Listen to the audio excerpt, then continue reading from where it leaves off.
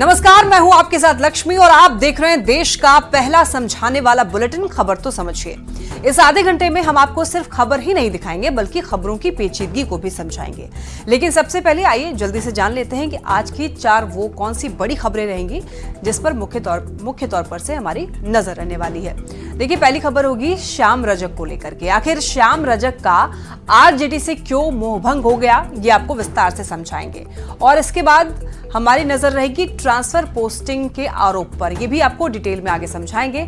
और फिर आपको बताएंगे नीतीश की सुपर एक्शन वाली नीति, ये भी आपको समझाएंगे डिटेल में। और फिर आतंक के झारखंड मॉड्यूल को भी आपको आगे आने वाले समय में समझाएंगे।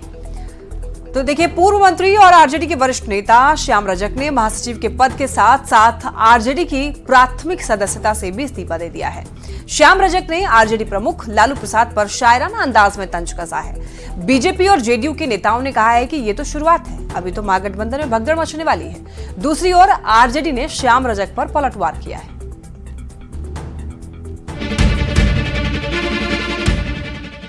मैं शतरंज का शौकीन नहीं था, इसलिए धोखा खा गया। आप मोहरे चल रहे थे, मैं रिश्तेदारी निभा रहा था।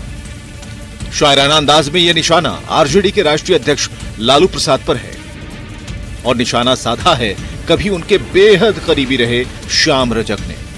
आरजेडी के महासचिव और वरिष्ठ नेता रहे श्याम रजक ने पार्टी की प्राथमिक सदस्यता से इस्तीफा दे दिया है। श्याम रजक ने आरजेडी अध्यक्ष लालू प्रसाद को इस्तीफा भेजते हुए धोखा देने का आरोप लगाया है।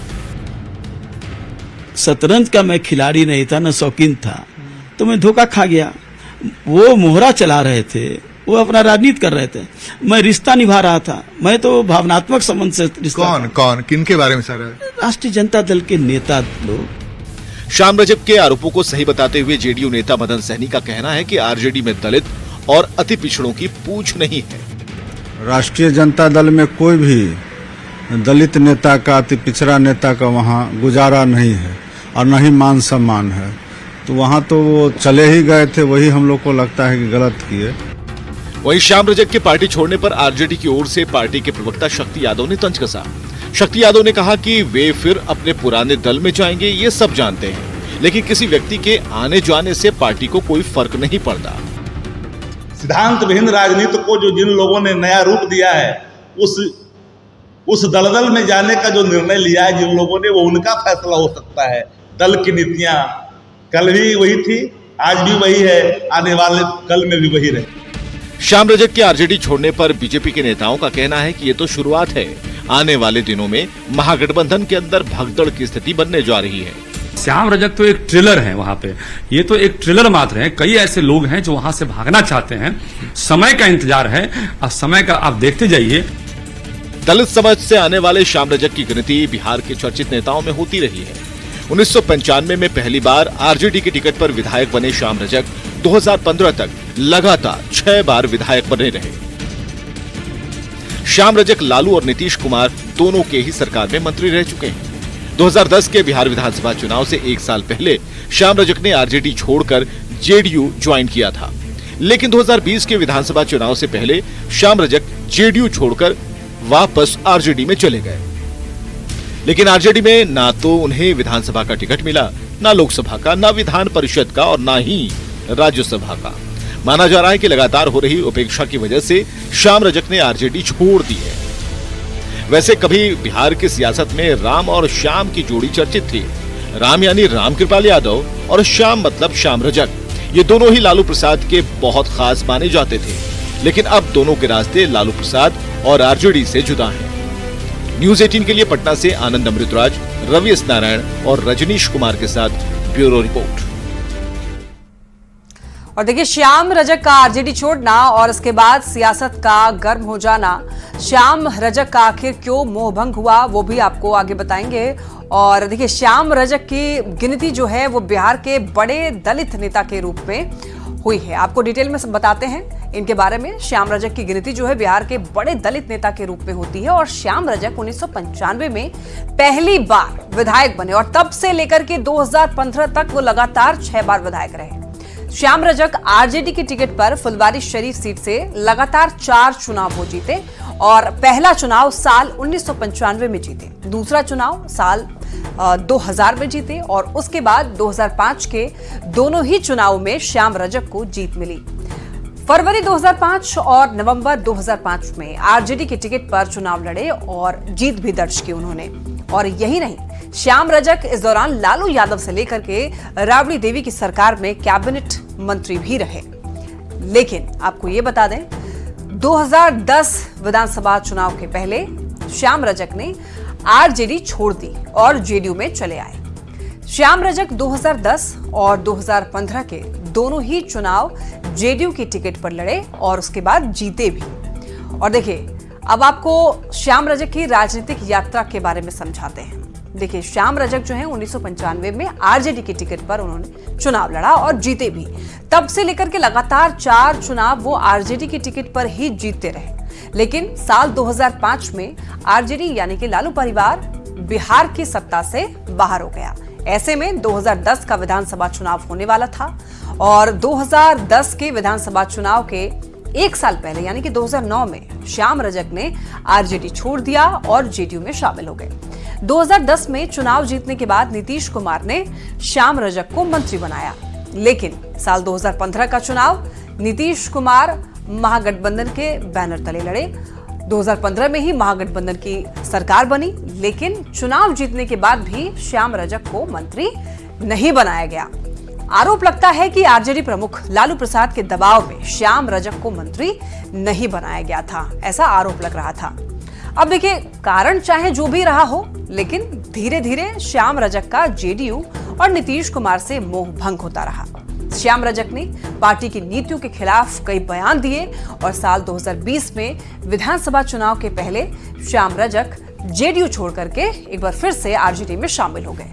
लेकिन आरजेडी में ना तो उन्हें विधानसभा का टिकट मिला, ना लोकसभा का टिकट मिला और ना विधान परिषद का सदस्य बनाया गया और ना ही राज्यसभा उनको भेजा गया।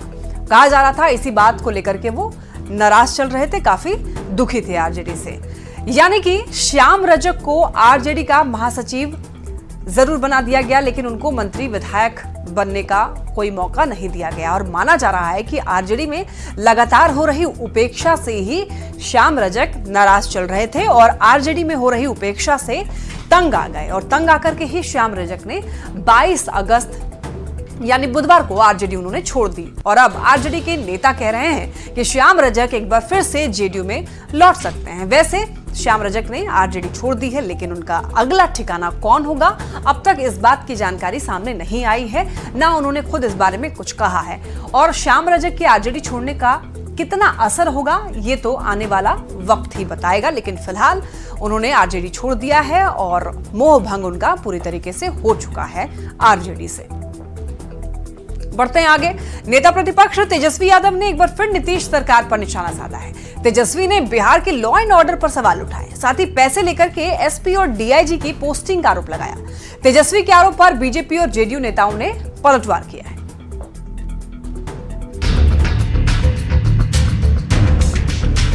लगातार जो है घटनाएं घट रही है, घर में लोगों को घुस के मारा जा रहा है। जैसे जैसे बिहार विधानसभा का चुनाव नजदीक आता जा रहा है, वैसे वैसे बिहार में अपराध पर सियासत तेज होती जा रही है। मुख्यमंत्री कहते हैं कोई बाहर अब कोई भी जो है रात तक घूम सकता है। अब तो ये स्थिति आ गई है कि घर में रहना मुश्किल हो गया है। अपराध को लेकर बिहार सरकार पर लगातार हमलावर रहे आरजेडी नेता तेजस्वी यादव ने एक बार फिर प्रदेश की कानून व्यवस्था पर सवाल खड़े कर दिए। तेजस्वी यादव ने बढ़ते अपराध को लेकर सीएम नीतीश कुमार पर निशाना साधा। तेजस्वी यादव ने बड़ा आरोप लगाते हुए कहा है, नीतीश कुमार के आसपास जो उनके चेले बचे हैं वह पैसा लेकर एसपी और डीआईजी की पोस्टिंग कर रहे हैं। इसकी वजह से ही अपराध बढ़ रहा है। मुख्यमंत्री का इकबाल खत्म हो गया है। इनके चमचे बेलचे जब ट्रांसफर पोस्टिंग करेंगे मुख्यमंत्री के, तो क्या होगा? बिना चढ़ावा दिए हुए बिहार की जनता जानती है को ट्रांसफर पोस्टिंग नहीं होता। डीजीपी के हाथ में कुछ नहीं है। तेजस्वी यादव के आरोप पर बीजेपी की ओर से प्रदेश अध्यक्ष दिलीप जायसवाल ने पलटवार किया है। न्यूज 18 के रियल एस्टेट कॉन्क्लेव में पहुंचे दिलीप जायसवाल ने तेजस्वी यादव से ही सवाल पूछ लिया कि तेजस्वी बताएं, जब वो सरकार में थे तो ट्रांसफर पोस्टिंग की कौन सी दुकान चलाते थे। तेजस्वी जी भगवान का कसम खा के बोले कि ट्रांसफर पोस्टिंग में वो कौन सा दुकानदारी चलाते थे।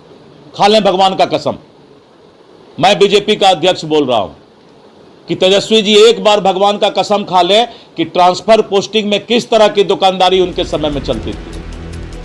वहीं तेजस्वी यादव की ओर से बिहार की कानून व्यवस्था पर उठाए जा रहे सवालों का जवाब डिप्टी सीएम सम्राट चौधरी ने भी दिया। न्यूज 18 के रियल एस्टेट कॉन्क्लेव में सम्राट चौधरी ने कहा कि बिहार में कोई संगठित अपराध नहीं है और कोई भी अपराधी सजा से बच नहीं सकता। पूरी तरह सेफ है, यहाँ ऑर्गेनाइज क्राइम नहीं हो सकता है। आपसे मेरी दुश्मनी है, मैं आपका हत्या कर सकता हूँ, आप मेरा हत्या कर सकते, लेकिन यहाँ ऑर्गेनाइज क्राइम नहीं। अपराध पर राजनीति और ट्रांसफर पोस्टिंग पर सियासत बिहार में कोई नई बात नहीं है। महागठबंधन से अलग होते समय सीएम नीतीश कुमार ने भी आरजेडी के नेताओं पर ट्रांसफर पोस्टिंग का खेल खेलने का आरोप लगाया था। यहां तक कि भूमि सुधार विभाग में आरजेडी कोटे के मंत्री की ओर से किए गए ट्रांसफर पोस्टिंग को सीएम नीतीश कुमार ने रोक दिया था। अब बिहार विधानसभा चुनाव के पहले तेजस्वी यादव ट्रांसफर पोस्टिंग वाले सियासी हथियार को आजमाने में लगे। न्यूज 18 के लिए पटना से अमित कुमार के साथ ब्यूरो रिपोर्ट। तो लॉ एंड ऑर्डर जो कि राज्य में बरकरार रहनी चाहिए, उस पर से हमेशा से सियासत होती रही है और देखिए अब तेजस्वी यादव ने इसको लेकर एक बार फिर से मुद्दा उठाया है और ट्रांसफर पोस्टिंग को लेकर के भी उन्होंने कहा है कि ट्रांसफर पोस्टिंग जो है वो पैसे लेकर किया जाता है। इसी को आपको समझाएंगे कि ये सियासत आखिर है क्या। देखिए बिहार में अगले साल विधानसभा का चुनाव होना है और ऐसे में राजनीतिक दलों के जो नेता हैं वो मुद्दों को भुनाने में लगे हुए हैं। तेजस्वी यादव लगातार बिहार की कानून व्यवस्था को मुद्दा बनाते रहे हैं। अब तेजस्वी यादव ने ट्रांसफर पोस्टिंग को लेकर के भी सवाल खड़े कर दिया है। अब इसमें समझने वाली बात यह है कि इसी तरह के मुद्दों पर विरोधी आरजेडी को घेरते रहे हैं। आरजेडी का जो शासनकाल था उसको बार बार याद दिलाते हैं और कई बार जंगल राज भी कहा जाता है उस शासनकाल को, क्योंकि उस वक्त अपराधियों का बोलबाला था। और ऐसे में देखिए आज भी एनडीए के नेता जो हैं 2005 के पहले के लालू राबड़ी के शासन की याद दिलाते रहते हैं। और यही नहीं, आरजेडी के शासनकाल में पैसे पर ट्रांसफर पोस्टिंग का आरोप भी लगता रहा है। अब वही आरोप तेजस्वी यादव नीतीश सरकार पर लगा रहे हैं और कह रहे हैं कि पैसे पर ट्रांसफर पोस्टिंग अगर होती है तो फिर अपराध कैसे रुकेगा। हालांकि ये जग जाहिर है कि जैसे ही ट्रांसफर पोस्टिंग में लेन देन की बात आती है, सीएम नीतीश कुमार उस पूरे ट्रांसफर पोस्टिंग की प्रक्रिया को ही रोक देते हैं। महागठबंधन की सरकार में सीएम नीतीश ने राजस्व एवं भूमि सुधार विभाग के ट्रांसफर पोस्टिंग को रोका था। तब सीएम ने 480 अधिकारियों की ट्रांसफर पोस्टिंग रद्द भी कर दी थी और उस समय आरजेडी कोटे के मंत्री के पास ही था और राजस्व एवं भूमि सुधार विभाग। आलोक मेहता तब राजस्व एवं भूमि सुधार विभाग के मंत्री थे। और यही नहीं, साल 2022 में भी नीतीश कुमार ने राजस्व एवं भूमि सुधार के ट्रांसफर पोस्टिंग को रोक दिया था। तब बीजेपी कोटे के मंत्री के पास में ये विभाग था। यानी कि अब तक का इतिहास ये बताता है कि सीएम नीतीश कुमार को जैसे ही ट्रांसफर पोस्टिंग में गड़बड़ी की खबर मिलती है वो तुरंत एक्शन लेते हैं। लेकिन देखिए ऐसे में तेजस्वी के आरोपों में दम है या फिर ये आरोप केवल सियासी है, ये तो वही अच्छे तरीके से जानते होंगे। बढ़ते खबरों में आगे देखिए, बिहार के मुख्यमंत्री नीतीश कुमार ने मुजफ्फरपुर हाजीपुर एनएच पर मधौल में बने हुए बाईपास 4 लेन का निरीक्षण किया। सीएम नीतीश ने कई थानों का शिलान्यास और उद्घाटन किया।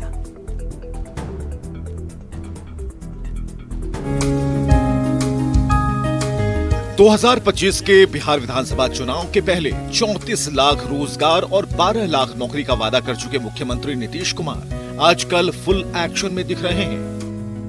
विकास कार्यों को लेकर सुपर एक्शन में दिख रहे सीएम नीतीश कुमार गुरुवार को मुजफ्फरपुर पहुंचे। सीएम ने यहां मुजफ्फरपुर हाजीपुर एनएच पर मधौल में बने बाईपास 4 लेन का निरीक्षण किया। साथ में तुर्की थाने के नवनिर्मित भवन का जायजा लिया। खासकर जो थाना भवनों का निर्माण चल रहा है तो उसका भी उन्होंने निरीक्षण किया है। और ये आप देख सकते हैं, ये तुर्की थाना का नया नवनिर्मित भवन है जिसका निरीक्षण करने नीतीश कुमार आए थे। साथ ही साथ 7 नए थानों का शिलान्यास भी सीएम नीतीश कुमार ने किया है। मुजफ्फरपुर दौरे के दौरान सीएम नीतीश कुमार 7 नए थाना भवन का शिलान्यास किया और 3 थानों के नवीनीकरण का उद्घाटन भी किया। सीएम नीतीश कुमार ने मुख्यमंत्री उद्यमी योजना के तहत कई महिलाओं को 5 लाख का चेक सौंपा। साथ ही दिव्यांगों को ट्राई साइकिल भी सौंपा। एक कैसा अनुभव कर रहे हैं अभी? मुख्यमंत्री ने आपको ये साइकिल दिया है, बहुत अच्छा अनुभव कर रहे हैं। अच्छा अनुभव कर रहे हैं। अगले साल बिहार विधानसभा का चुनाव है। ऐसे में विपक्ष ये आरोप लगा सकता है कि चुनाव की वजह से ही सीएम नीतीश ज्यादा एक्टिव हैं। लेकिन जिन दिव्यांगों को सीएम नीतीश ने साइकिल सौंपी और जिनसे वो मिले, वो काफी खुश हैं। न्यूज़ 18 के लिए मुजफ्फरपुर से प्रियांक सौरभ की रिपोर्ट।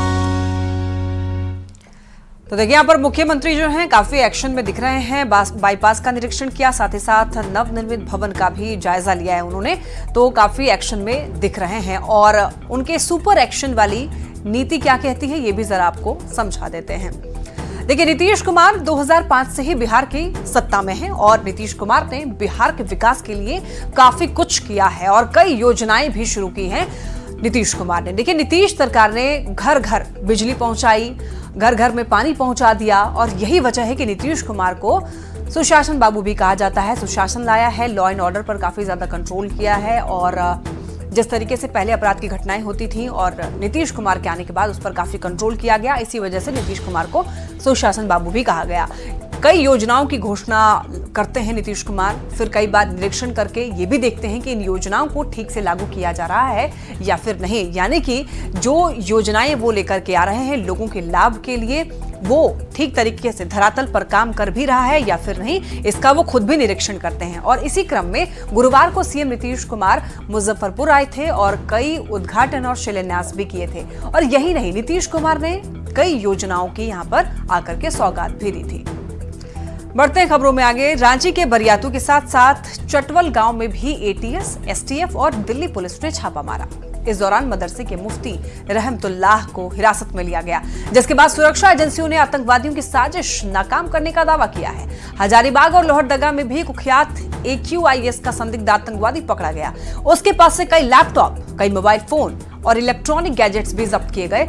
इस छापेमारी से आतंकवादियों के बड़े नेटवर्क का खुलासा हुआ है, जो कि देश को दहलाने की बड़ी साजिश रच रहे थे।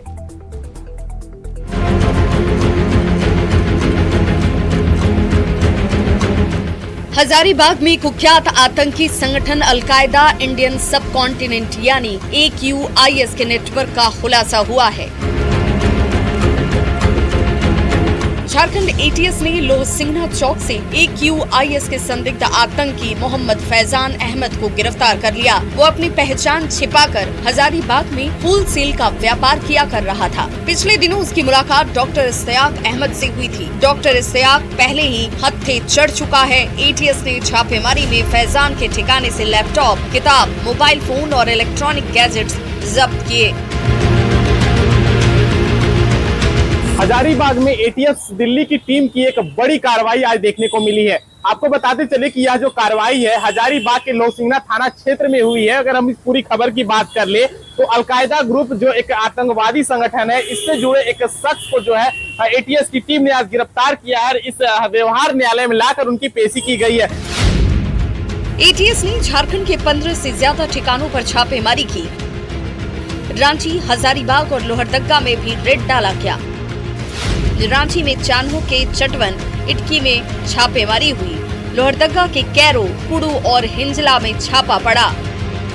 हजारीबाग के पिलावल में भी रेड डाली गई, जिसमें 7 आतंकी पकड़े गए। लोहरदगा के कुड़ू से कंट्री मेड हथियार जब्त किया गया। कौवा खाप में अल्ताफ अंसारी के घर से आपत्तिजनक सामान बरामद हुआ। भारत के साथ साथ कई देशों में सक्रिय आतंकी संगठन अलकायदा की शाखा AQIS झारखंड के युवाओं में कट्टरपंथी विचारधारा का प्रचार प्रसार करने की कोशिश कर रही थी, लेकिन ATS ने AQIS की साजिश को नाकाम कर दिया। उनको बेसिकली इंटेरोगेशन के लिए दिल्ली ले जाया जा रहा है ट्रांजिट रिमांड पर, ऐसी ही जानकारी है। उनसे पूछताछ की गई। झारखंड ATS की सबसे बड़ी कार्रवाई में AQIS के नापाक मंसूबे नाकाम हो गए। इसके साथ ही झारखंड के कोने कोने में फैल रही आतंकवादी संगठन की जड़ें भी तहस नहस हो गई हैं।